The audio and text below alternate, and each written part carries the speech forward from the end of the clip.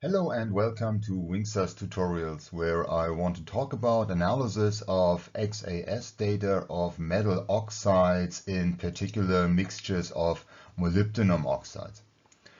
Besides being applicable to analyzing mixtures, the procedure I want to introduce can also be used to analyze systems with multiple crystallographic sites. As always, the WinXAS software and the XAS data I will be using in the hands-on session can be obtained from the WinXAS website. The first of the constituent oxides in the mixtures is molybdenum dioxide. Molybdenum dioxide crystallizes in a distorted rutile structure, which results in an increased number of slightly different molybdenum oxygen distances. This in turn leads to an increased number of parameters in the XAFS refinement, which need to be accounted for, in particular when two oxide structures are to be refined to a single XAS spectrum. The second oxide is molybdenum trioxide, which crystallizes in an orthorhombic layer structure. Molybdenum centers are coordinated by 6 oxygen atoms in a distorted octahedron, leading to 3 considerably different molybdenum oxygen distances. Additionally, a nearly linear arrangement of molybdenum centers in the molybdenum trioxide structures results in characteristic focusing lengths, multiple scattering paths that need to be included in the XAFS refinement. Coming next is the hands-on session. Objectives will be establishing suitable XAFS refinement procedures for the individual oxides, while keeping in mind that these procedures need to be applied to the spectrum of the oxide mixture at the same time. The amount of the individual oxides will be determined from an analysis of the XANES region. Eventually, all this will be combined in the XAFS analysis of the absorption spectrum of the oxide mixtures. XAS spectra of the oxides and the mixtures, as well as theoretical phases and amplitudes for the two oxide model structures, are included in the tutorials data folder, which can be obtained from the WinXAS website.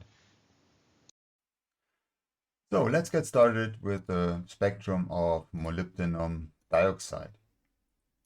Fourier transformation and XAFS simulation using the theoretical phases and amplitude included in this folder that corresponds to this distorted rutile structure of molybdenum dioxide. Select the corresponding files.dat, open. So now we are going to select the relevant scattering paths that correspond to those 3 prominent features in the pseudoradial distribution function. Click on transfer and OK. And so now we have coordination number, distances, and the Debye-Waller factors. For the Debye-Waller factors, as starting parameters, we're going to calculate Debye-Waller factors using the correlated Debye model. So we select potential here. So now we have a Debye temperature for the oxygen and the molybdenum sublattice. If we click on OK, then we're going to see the simulated pseudoradial distribution function, and the amplitude is off, meaning that the Debye-Waller or the Debye temperature for the oxygen sublattice is too small. We need to increase that in order to account for the amplitude. So going to do that and change parameters, and so now we can adjust the Debye temperature for the oxygen sublattice here, and we can independently adjust the Debye temperature for the molybdenum sublattice, and you see there's a significant difference in those two Debye temperatures. This is what I was referring to earlier, that the correlated Debye model somewhat overestimates the reduction in amplitude for the low Z backscatterers. So this is okay, and so now we could use this as starting parameters for the refinement. Because we want to use the same number of scattering paths later in the refinement of the mixtures, we're going to save this set of scattering paths in a separate file that we can then use later for the refinement of the mixture. So we go to write-fav filestat. We are selecting a filter of 4% and click on OK. So now we can basically just repeat the simulation using the file that we just created here, which only includes now the corresponding scattering path with at least 4% with respect to the strongest scattering path. Okay, and those are the ones that we just also selected in the refinement. So we can just select them all now, transfer, and OK. And we can just exit here for the simulation, and we get the same that we just saw with the reasonable agreement in amplitude and a slight mismatch in the imaginary part, but this can be then adjusted in the refinement. So speaking of refinement, let's start the XAFS refinement. Now, the range, as I mentioned earlier, it just includes those first features in the radial distribution function. Click on OK and OK here. And now we have to come up with a reasonable correlation scheme in order to significantly reduce the number of free running parameters in the refinement. For that, we need to keep in mind that later we want to use 2 of those sets of scattering paths in the refinement of a single spectrum. So we really need to reduce the number of free running parameters way below, let's say, 10. So what we're going to do now is going to fix the amplitude reduction factor and fix the coordination numbers. So that leaves us with the distances and the by-Wolof factor. We are using 1 E0 shift parameters for the entire refinement. So there are different approaches now, and I'm going to use a quite conservative approach with only a very few or a small number of free running parameters. Feel free to experiment with this and use other approaches that have more or higher number of free running parameters. But for what I want to show now here is for the distances and for the by-Wolof factors, we're going to use 2 sets of distances and the by-Wolof factors for the oxygen and the molybdenum backscatterers. So starting with the by-Wolof factors, we're going to correlate those 3, the first 3 that correspond to the molybdenum oxygen scattering path. Those 3 by-Wolof factors will be the same. So click on the first box, go to correlation, select the first 2 that are here in this list. Okay, so they are times 1 now, so they are the same. Okay, so those 3, the by-Wolof factors will now be equal, will be the same in the refinement. So we're going to use the same now for the molybdenum backscatterer. So again, click on the first one here, correlate, and so all the remaining scattering path, now the by-Wolof factors will be refined the same. So similar to that, we're going to correlate the distances. Here we cannot correlate the real distances to be all the same, but we can use the delta R option to have the delta R all the same. So that means the deviation from the model structure will be the same for all the molybdenum oxygen and the molybdenum backscatterers in the refinement. So again, going to go to correlation and select the first 2 here to be the same, and the same for the molybdenum backscatterers here, correlation all the same. Okay. So now that leaves us with 5 free running parameters in the refinement, 24 independent parameters, so that should be good enough. But as I said, the goal here is to establish a reasonably good refinement procedure that can then be used to analyze the mixture rather than get a very good agreement here with the experimental spectrum of the reference molybdenum dioxide. So we just exit this and start the refinement. We can click on OK and no for the time being. And so this is the agreement that we get now. Good agreement, very good agreement here in the imaginary part, and a reasonable agreement in the amplitude. And we get a residual here of 5.2 about. So that's a good agreement for those few free running parameters in the refinement. Good agreement between theory and experiment, and that should be stable enough now so that we can use this approach for the refinement of the mixture. So before we continue with the refinement of the molybdenum trioxide spectrum, let's briefly check whether it's actually necessary to include the multiple scattering path in the refinement of the molybdenum dioxide spectrum. If we look at the structure of molybdenum dioxide here in this range with Rasmol, then we can see there are no molybdenum, oxygen molybdenum focusing path in this structure. There are nearly linear arrangements here, molybdenum, molybdenum, molybdenum, but those are well out of the range of our refinement. Those are larger distances, but there is no molybdenum, oxygen, molybdenum linear arrangement that would be within the 4 angstrom, about 4 angstrom that we use in the refinement. So there are no very significant multiple scattering paths to be expected. So it might be reasonable to assume that we do not actually need to include those multiple scattering paths in the refinement that we have included up to now.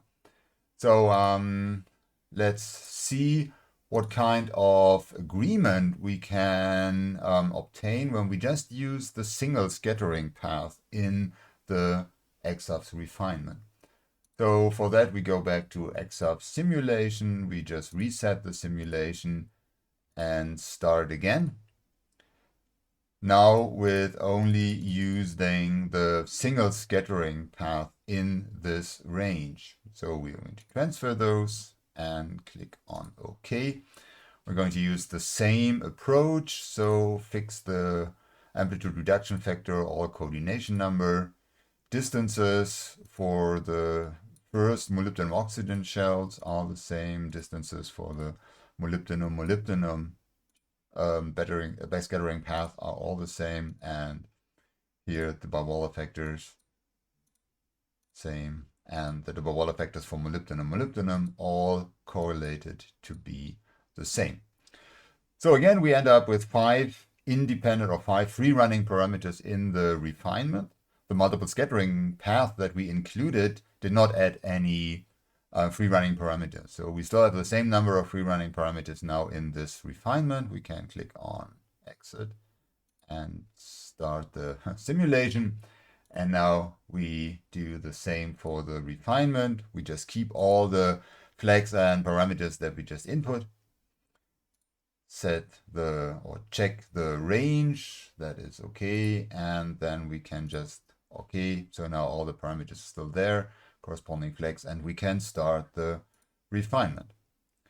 So, and this is what we get, and you see it's a considerably worse agreement. So in amplitude, imaginary part is still okay, but the amplitude was much better when we included the multiple scattering path. So now we are at an R value of 7.9 almost, and we were at 5.2. So that's a significant improvement when we include the multiple scattering path in the refinement. And as I mentioned, they do not add any additional free running parameters in the refinement, so we just should include them in the refinement of the model structure, and of course then also in the refinement of the mixture. So last thing we want to do, we want to check the correlation, confidence limits and correlation. So we are going to repeat this procedure, simulate, reset the simulation, use the file, increase the number. So we're going to use all the multiple scattering paths now that are included in this file, transfer, and OK for the simulation. And now for the XAFS refinement, just briefly check the range, set the same range that we used before, and okay. And so again, going to fix those, correlate those to be the same for the distances and also for the Debye-Waller factor. So the same procedure that we established previously. So we have 5 free running parameters now. It's the same refinement that we already did. Exit. Okay. Again, we have an R value of 5.2. And now we can calculate the confidence limits and the F-test and check whether this is actually a stable refinement that we can use for the mixture. So I'm going to start the calculation and then I'll be back once the calculation is done. So the calculation is done and those are the results. We see only one parameter with an F-test value that is not 0, and that is the E0 shift. So there is some minor correlation here of the E0 shift, probably with the distances. We do see that in the F-test, and we also see it in a increased confidence limit here relative to the value of the E0 shift. Anyway, all the other parameters, all the other confidence limits of distances and the Debye-Waller factors, they are quite small. And so this is a stable refinement that we can use for the analysis of the mixture. So let's continue with the spectrum of molybdenum trioxide. Similar approach, Fourier transformation and XAFS simulation. Now using the theoretical phases and amplitudes included in the MoO3 folder. So that's the only file there, and we get our list of scattering paths, single and multiple scattering paths. So again, we're going to select the relevant multiple and single scattering path in this region, including the first prominent features in the pseudoradial distribution function, which happens to be all the files included in this list. So to transfer and okay. So again, we can calculate the Debye-Waller factors using the correlated Debye model.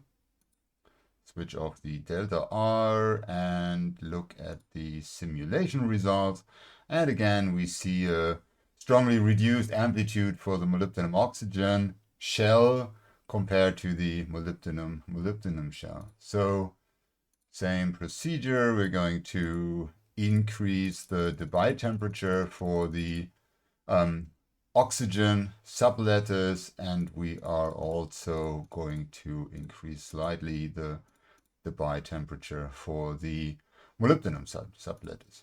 So reasonable agreement in the imaginary part in the amplitude of the first molybdenum oxygen shell. Not so much in the molybdenum shell. We see a considerable disagreement here in the amplitude. If we look at the individual scattering paths that are responsible for this increase in amplitude, we can see, or we will see in a minute, that those are multiple scattering paths. So those are prominent multiple scattering paths that are contributing to the amplitude here. And by averaging the Debye-Waller factor, the amplitude here gets overestimated. So this is too large. We need to reduce that. So one step or one way to do this is to go to the parameter box and actually change the way the average is calculated for the multiple scattering path. So here, this is a good example for actually using a reduced average.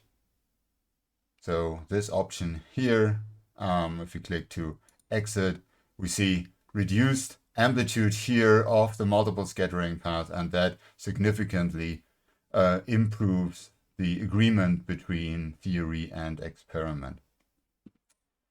However, we want to use the same approach when we do the analysis of the mixture, and so we are going to reset the calculation of the average, which we are not going to use anyway because we are correlating the Debye-Waller factors and the distances, similar to what we did for the analysis of the molybdenum dioxide. So exit. And now again, we want to calculate or save those files. Let's say, again, here with an amplitude of 5%. Those are the files that we're going to save in this extra list that we then are going to use for the analysis of the mixture. So click on OK, switch off this display. And now we can actually do the simulation again using the file that we just created, files under line 5.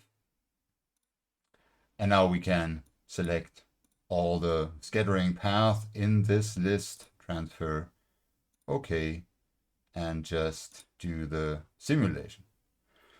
So for the XAFS refinement now, we are, as I already mentioned, going to use a very similar approach to the analysis of the molybdenum dioxide. So just check the range, that's okay. Click on OK. And so now we are going to fix the amplitude reduction factor, fix all the coordination numbers. And here again, we're going to correlate the distances and the Debye-Waller factors of the molybdenum-oxygen scattering path to each other and the molybdenum-molybdenum and the multiple scattering path to each other. So distances, this is up to 0.005 here. So we can correlate all those to be the same for the distances and the same for the Debye-Waller factor, correlate those to be equal.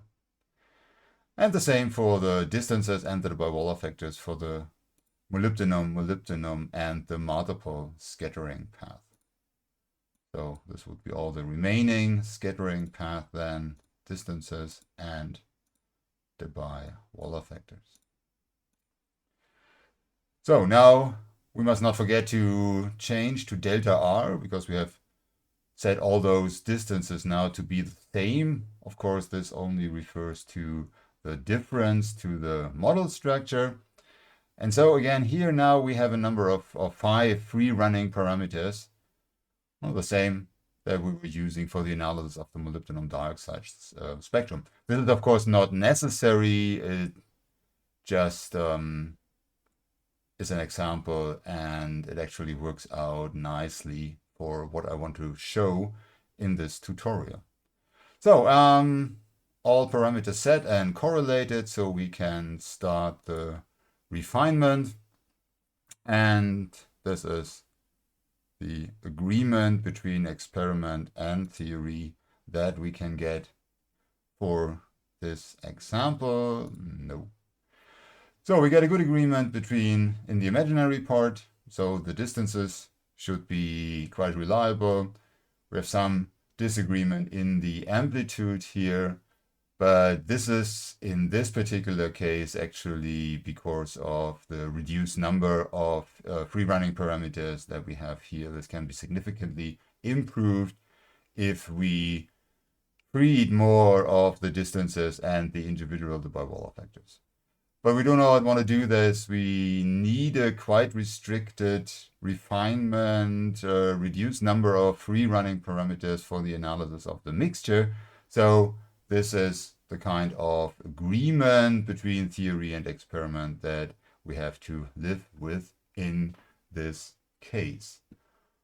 Okay, so I'm just going to repeat the refinement so that we can calculate confidence limits and the correlation F-test and compare this to what we did for the molybdenum dioxide and see whether we get a similarly reliable refinement also here for the molybdenum trioxide. So XAFS refinement, just repeat what we just did and calculate the confidence limits and the F-test.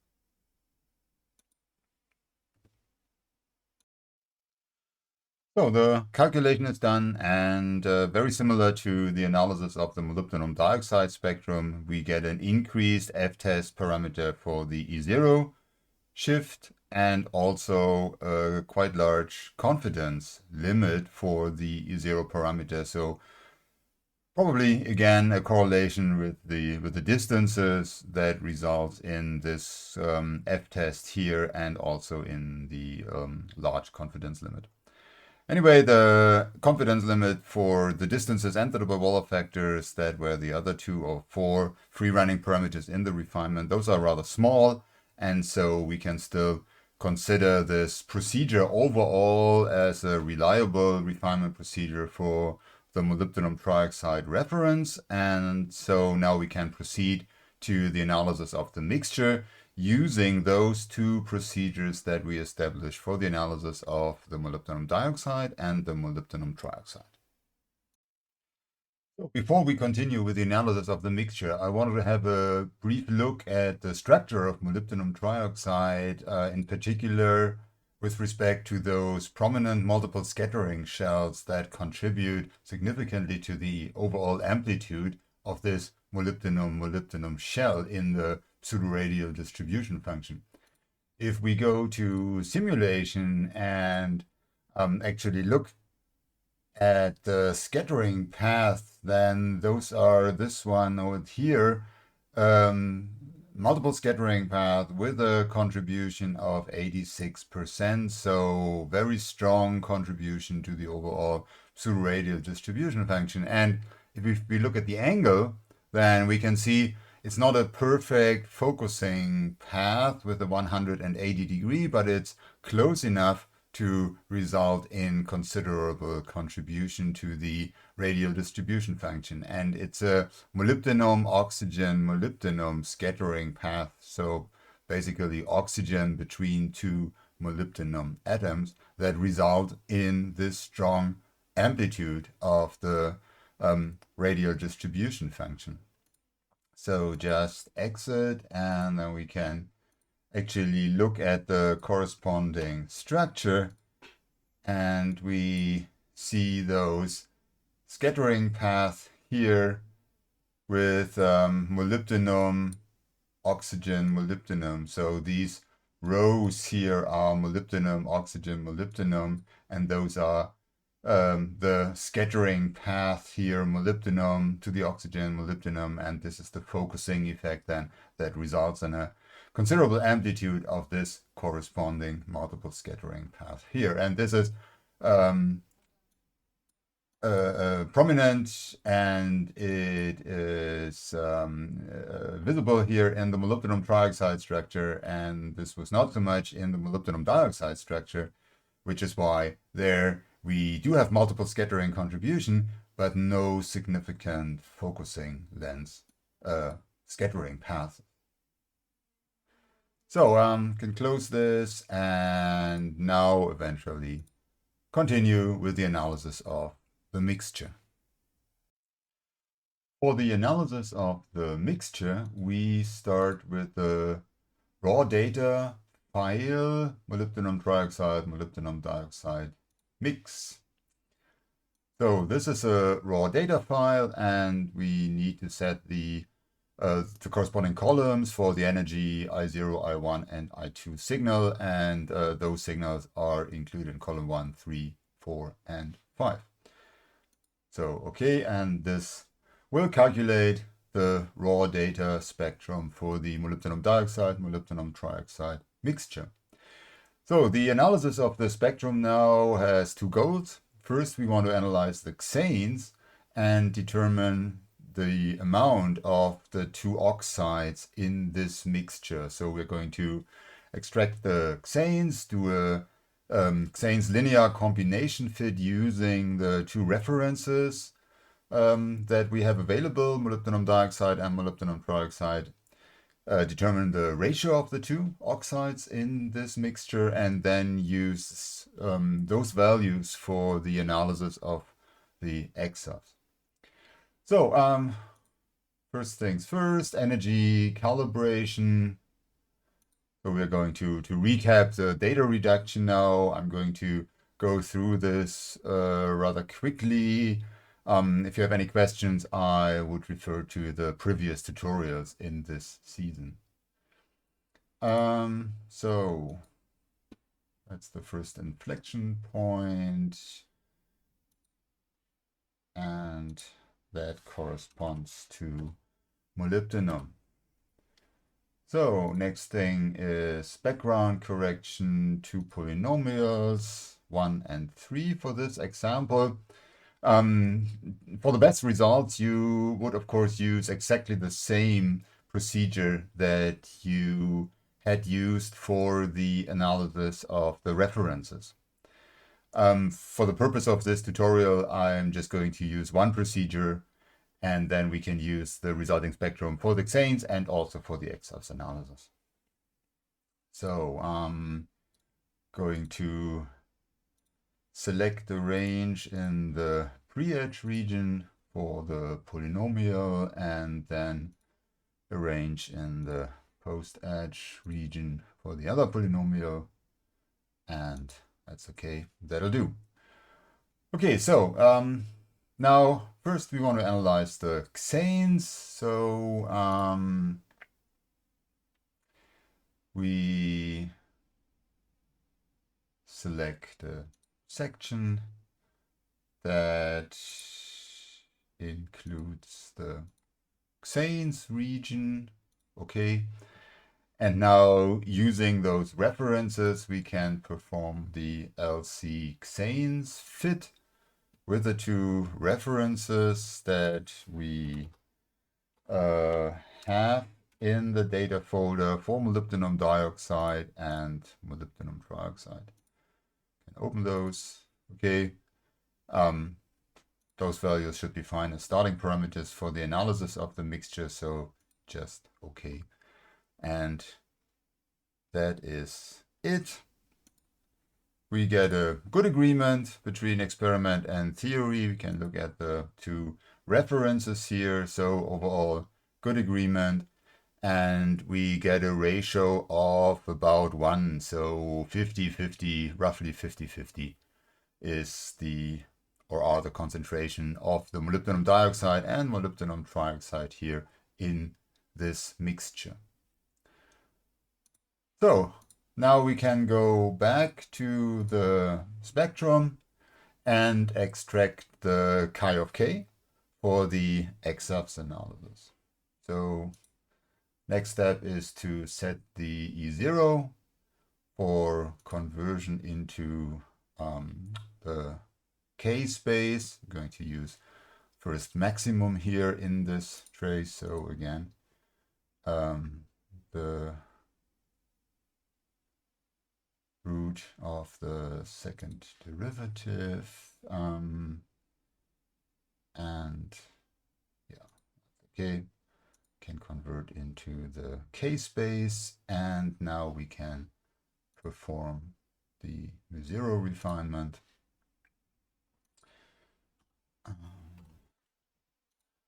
number of splines in the R space, and here performs a refinement, decrease the border here a little bit for a slightly better result. And so that looks decent. Can just adjust the lower border a little bit, but that seems to be fine and stable enough for the purpose of this tutorial. So can click on OK, and then we have our XAFS chi of k that we can now use for the XAFS analysis. Analysis of the XAFS function now again starts with Fourier transformation and XAFS simulation. So before we attempt to refine the spectrum with two model structures, we should make sure that not one of them is actually sufficient to get a good agreement between experiment and theory, because naturally, if that was the case, it would not make sense to use two model structures for the refinement. So we are going to start with the molybdenum dioxide, use all the scattering paths that are included in the file that we just generated. And so this will just be the simulation. And we see disagreement here in amplitude, both for the molybdenum oxygen and molybdenum scattering path here, more so here than at the higher shells.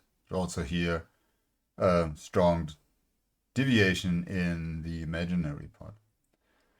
Well, anyway, we're going to try the refinement basically now in this range, using the same correlations that we just established for the refinement of the references. So fix coordination numbers and amplitude reduction factor. Correlate the By-Waller factors and distances for molybdenum oxygen and molybdenum scattering path. So here we need to make sure that we switch to delta R, otherwise the refinement will not work. So, and then we can click on OK. And so this is what we get now. Still reasonably well in the imaginary part, disagreement in the amplitude, and of course much worse residual compared to the refinement of the references. So we are using a quite restrictive fit. So for this example, if we were using more free-running parameters, for instance, for the distances or the By-Waller factors, we may actually get a good agreement here, or a reasonable agreement, but we know that this is from the XANES analysis. We know that this is a mixture, that it contains two oxides, and so just refining it with the theoretical phases and amplitudes of 1 will or may result in a good agreement, but will not result in the correct description. So this is for the molybdenum dioxide, and of course now we can try the same for the molybdenum trioxide. Again, use what we just generated here. Use all the files, and we can just simulate it. And this, of course, looks even worse because we do not have any scattering path in this region, so there is nothing to account for the amplitude that we are seeing here. So here clearly I'm not even going to attempt the refinement, just using the molybdenum trioxide model structure. So next thing now is to actually use both of the structures, molybdenum dioxide, molybdenum trioxide, their corresponding theoretical phases and amplitude for the XAFS refinement. So going back to XAFS simulation, reset the current simulation. So now what we want to do is we want to use those options that are available up here and that we have not used so far. Basically, we can load and use theoretical phases and amplitudes from multiple PHEV calculations. So from multiple model structures, we can basically pick various scattering paths and combine them in one simulation or in one refinement. And those scattering paths will then be treated as if they actually came from one calculation. So with one Debye-Waller factor or Debye temperature, for instance, for oxygen backscatterer in case here for the molybdenum oxides. This is one option, and this is what these individual PHEV files is referring to. Separate PHEV files now means that we are going to use individual calculations, separate calculations for individual model structures, and those will be treated also separate in the refinement with their own Debye temperatures, own E0 shifts, and most importantly, with a fraction, with a phase composition value that weights the contribution of the individual model structures. So this is exactly what we want to have here. We know we have a mixture, about 50-50 molybdenum dioxide, molybdenum trioxide. So this is what we are going to use now. So the rest is about the same. We just start with the molybdenum trioxide because we are here. Open the file that we just generated, select all the scattering paths in that file and use them for simulation and refinement. So, and now we're just doing this again for the molybdenum dioxide. Again, use the list of files that we generated, select all the files in the list that we just opened for molybdenum dioxide and transfer them here. So now on the right here in this box, we have all the files, all the scattering paths that we just selected for both molybdenum dioxide and molybdenum trioxide. So now we have separate PHEV files. That means that this option here now is available. And here we can actually now choose the scaling factors, basically the compositional factors. So this is set to 50% each. By default, that is actually quite close to what we want to use here for the refinement. So we can actually leave it like that. You can see you can in theory, refine up to 4 individual structures or individual models to one experimental spectrum. From experience, I would say that 2 is maybe feasible. More than 2 should be very difficult.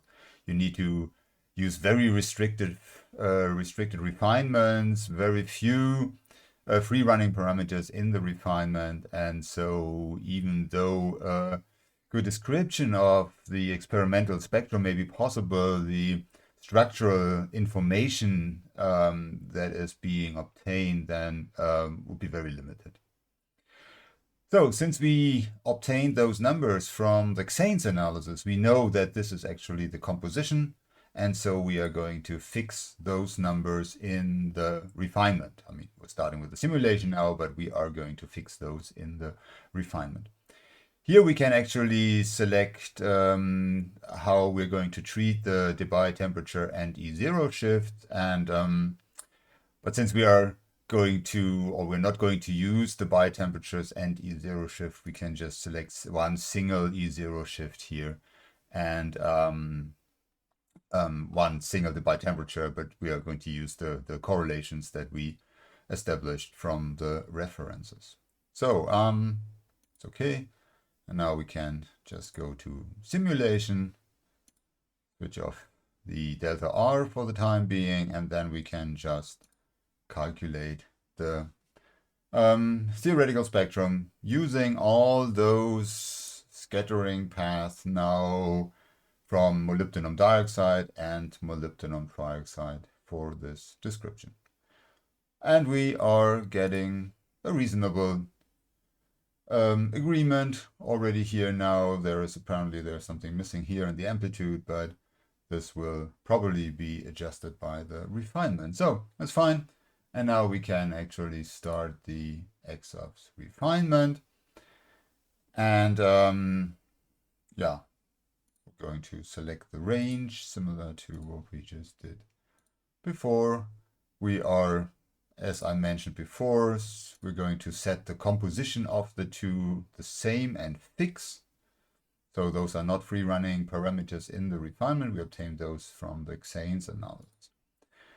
Okay, and now we have to use the correlations, the same constraints and correlations that we established for the refinement of the references. So I'm going to fix 0 square, fix all the coordination numbers. And so this starts with molybdenum trioxide. So here we are going to correlate the bi-Wolof factors for the first oxygen scattering path to be the same, and also the distances. And we are going to do the same with the distances and the bi-Wolof factors now for the molybdenum oxygen, and this is still here. Here is a FEF. You can actually see that this is the border, the transition between the two calculations. So this is up to here, it's the calculation for the molybdenum trioxide, and here those are the scattering paths then for the molybdenum dioxide. So all the same for the distances, molybdenum trioxide, and the same with the bi-Wolof factors. Also going to refine all those the same. So now here, this is for molybdenum dioxide now. Again, distances, those are just the two here. For molybdenum oxygen and the bi-Wolof factors, also just the two. And then we have the remaining molybdenum scattering path and the multiple scattering path. And for those, we are going to correlate all the distances the same and the bi-Wolof factors. So, and now again, we need to switch on the delta R, because this is actually what we are going to refine now. Now we have 9 free running parameters now. So this is 1 less than the sum of the 2,5 that we used before, because we are only having 1 E0 parameter now that we are using. So, and as for the refinement, we can start the refinement and just click on OK. No, not for now. So, and now we are getting a very decent agreement for the refinement. Here we can switch on the individual scattering path, and so this is clearly molybdenum dioxide, molybdenum trioxide, and a good agreement here overall in amplitude. And in the imaginary part, we're getting a residual here of 5.0. So this is very comparable to what we obtained from the analysis of the references. So last but not least, we're going to calculate the confidence limits and the F-test. So I'm just going to repeat the refinement and calculate the confidence limits and F-test, and I'll be back once the calculation is done. So the calculation of confidence limits and the F-test parameter is done, and overall picture very similar to the refinement of the references. So we have some correlation here for the E0 shift parameter, probably again correlated with the distances. But overall, we're having narrow confidence limits for distances and the Barr-Wallach factors, considerably larger for the E0 shift parameter, but that, as I said, very similar to the refinement of the references. Also, the program calculates the confidence limits for the composition here, the weighting, the scaling factors, although those were not refined. Those were not free-running parameters. We get the confidence limits calculated, and also those are quite narrow for those scaling compositional parameters. So this is the analysis of a mixture, basically using the XANES to determine the amount of the references, and then using those numbers to refine two theoretical calculations, to model structures, basically to the sum of the theoretical XAFS spectrum. So now we could compare the results that we obtained from the analysis of the spectrum with respect to the reference to the model structures with those that we obtained for the references. But I'm not going to do this here. This tutorial is about data analysis and not so much data interpretation. So this is it for this tutorial, and I sure hope to see you in the next one.